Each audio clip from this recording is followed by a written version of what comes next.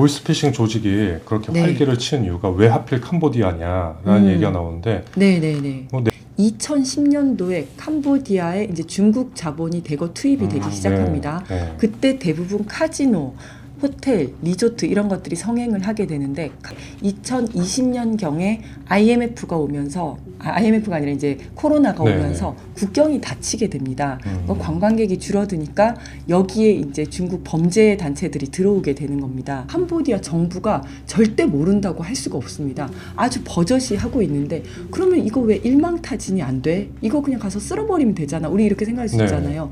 근데 이게 안 되는 게 굉장히 많이 유착이 되어 있습니다. 범죄 단체의 수익이 그림자 경제의 상당 부분을 차지를 하고 있습니다. 캄보디아에서 합법적인 카지노가 벌어들이는 수익이 전체 GDP의 한 10% 네. 정도 되거든요.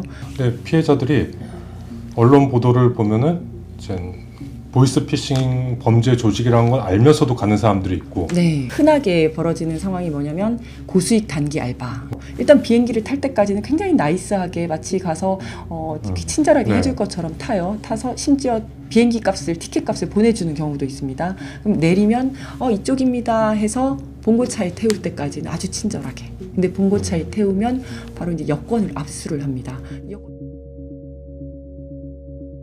보이스피싱 조직이 그렇게 네. 활기를 치는 이유가 왜 하필 캄보디아냐라는 얘기가 나오는데 네네네. 뭐 네티즌들 사이에서는 그런 얘기도 하더라고요. 정부와 권력과 즉 조직 간의 유착이 굉장히 심하다. 맞습니다. 네. 맞습니다. 그리고 이제 좀 이제 역사적으로 보자면 2010년도에 캄보디아에 이제 중국 자본이 대거 투입이 되기 시작합니다. 네. 그때 대부분 카지노, 호텔, 리조트 이런 것들이 성행을 하게 되는데 캄보디아가 관광으로 먹고 사는 나라지 않습니까? 네. 이런 게 쭉 됐는데 2020년경에 IMF가 오면서 IMF가 아니라 이제 코로나가 네. 오면서 국경이 닫히게 됩니다. 관광객이 줄어드니까 여기에 이제 중국 범죄 단체들이 들어오게 되는 겁니다. 그래서 불법 도박이라든지 보이스피싱이라든지 이제 이런 게 시작이 되게 되거든요. 네. 그리고 때 맞춰서 소위 골든 트라이앵글이라고 네. 미얀마, 라오스, 태국의 이 접경이 그쪽에 단속이 강화됩니다. 이 골든 트라이앵글을 중심으로 마약 단체라든지 불법 단체들이 워낙 많아가지고 여기에 대해서 단속이 심해지니까 상대적으로 단속이 덜한 캄보디아 쪽으로 이제 범죄 조직들이 더 몰려들게 된 거죠. 그리고 아까 말씀하신 것처럼 이게 정말 버젓이 운영을 하고 있거든요. 대놓고요. 맞습니다. 네. 캄보디아 정부가 절대 모른다고 할 수가 없습니다. 아주 버젓이 하고 있는데 그러면 이거 왜 일망타진이 안 돼? 이거 그냥 가서 쓸어버리면 되잖아. 우리 이렇게 생각할 수 네. 있잖아요. 근데 이게 안 되는 게 굉장히 많이 유착이 되어 있습니다. 캄보디아는 1인 지배체제가 38년 동안 독재체제가 이어져 오고 있는 나라고 그다음에 경찰 부패도 굉장히 심하고 사법 부패가 140개 국가 중에서 139위를 할 정도로 굉장히 네. 부패 지수가 높습니다. 이 건물 소유주나 땅 소유주가 뭐 캄보디아의 고위직이라든지 고위직과 연결된 사람이어서 여기서부터 그냥 임대료를 받고 있는 경우도 있습니다. 네. 그러다 보니까 그냥 여기에 이익 구조가 같이 들어가 있는 거죠. 자기의 이익도 맞습니다. 예, 이 범죄 단체가 있어야지 자기가 이제 이익을 받는 거죠. 그리고 그래서 신고를 하면 오히려 경찰이랑 유착이 되어 있어서 경찰이 오히려 이 범죄 단체에다가 야 누가 신고했더라 이렇게 알려주기까지 하는 거죠. 그리고 여기 이제 범죄 단체의 수익이 그림자 경제의 상당 부분을 차지를 하고 있습니다.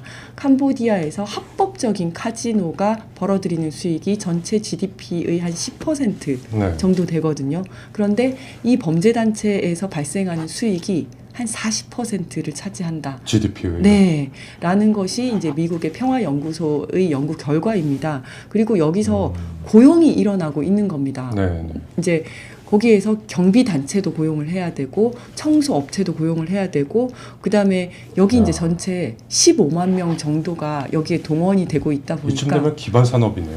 맞습니다. 네. 그래서 상당한 경제 활동을 하는 거고 여기가 싹 빠져버렸을 때는 시장이 죽는 거고 도시가 죽는 거고 국가까지도. 그렇죠. 경제가 네. 흔들리는 겁니다. 그러니까 이 나라에서는 별로 이거를 그냥 가만히 내버려 두고 싶은 겁니다. 여러 가지 의미에서. 굳이 그래서 단속을 할 의지가 그렇게 크지 않은 걸로 보입니다. 지금 강금 납치된 한국인들이 꽤 많은데 네. 뭐 숫자도 제대로 파악이 안 되고 있는 상황이죠. 맞습니다. 예. 근데 피해자들이 언론 보도를 보면은 이제 보이스피싱 범죄 조직이라는 걸 알면서도 가는 사람들이 있고, 네. 그리고 가서 납치돼서 감금된 상태로 억지로 이제 그런 불법 행위를 저지르는 네, 경우도 네. 있고, 이런 경우 말고도 다른 경우가 좀 있나요? 여러 가지가 있는데 가장 이제 흔하게 벌어지는 상황이 뭐냐면 고수익 단기 알바입니다. 그래서 뭔지 지금도 인터넷에 굉장히 그 홍보글들이 많더라고요. 네.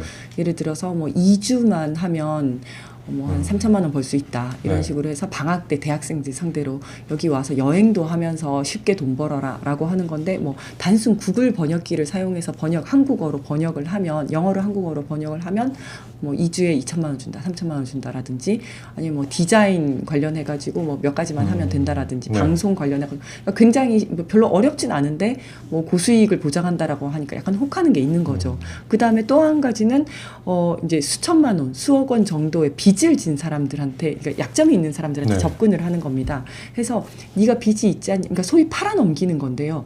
근데 네가 빚이 있지 않냐, 네가 만약에 여기 가서 한 달간 바싹 일하면 그 빚을 탕감해 주겠다라고 하는 거죠. 거의 팔아넘기는 겁니다.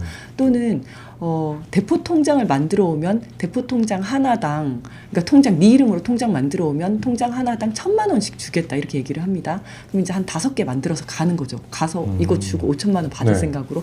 사실은 이 대포 통장 만드는 것 자체가 범죄입니다, 우리나라에서는. 그렇죠. 하지만 쉽게 이제 돈을 벌 수 있겠다라는 생각으로 이제 불법인 거를 인지를 하면서도 가는 경우인 거죠. 근데 갔는데 뭐 통장과 함께 이제 몸도 같이 억류가 되는 거죠. 아니면 이런 경우도 있더라고요.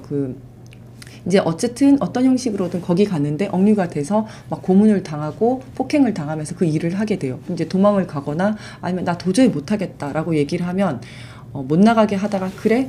그러면 너 나가게 해줄 테니까 2명 꼬셔와, 이런 경우가 있는 거예요. 네. 그러면 평소에 알았던 옛날 친구들한테 전화를 해서, 야 여기 진짜 괜찮은 데 있는데 너 여행 와서 한번 해봐라, 이런 식으로 꼬시는 겁니다. 이런 식으로 루트가 굉장히 다양하네요. 맞습니다. 그래서 요 과정을 살펴보면 여기 와서 뭐 한 달만 일하면 나도 이제 그렇게 벌었어, 여기 한 달 와서 일해, 그다음에 대학교 선배라고 하면서 전화를 하고 네. 이제 이렇게 하거든요. 근데 이렇게 해서 일단 비행기를 탈 때까지는 굉장히 나이스하게 마치 가서 친절하게 네. 해줄 것처럼 타서 심지어 비행기 값을, 티켓 값을 보내주는 경우도 있습니다. 그럼 내리면 이쪽입니다 해서 봉고차에 태울 때까지는 아주 친절하게. 근데 봉고차에 태우면 바로 이제 여권을 압수를 합니다. 여권 내놓으라 그러면 이상하게 생각하니까 보통 이제 관광 비자로 가거든요. 네. 그러면 이거를 취업 비자로 바꿔야 된다, 바꿔다 주겠다라고 하면서 여권을 뺐습니다. 그리고 거기서부터 이제 돌변을 하는 거죠. 그래서 마구 때리고 이제 고문을 하고 한 며칠간 그렇게 정신없이 만든 다음에 네. 어떻게 할래? 너 이런 식으로 계속 할래? 아니면 그 마케팅 이제 전화해가지고 보이스피싱을 하는 걸로 하면 내가 너 풀어주겠다. 그러면 뭐 돈도 줄 수 있고 네가 하는 거에 따라서 성과금도 주고, 이러면 이제 이 사람은 다른 거를 선택할 여지가 없는 거예요.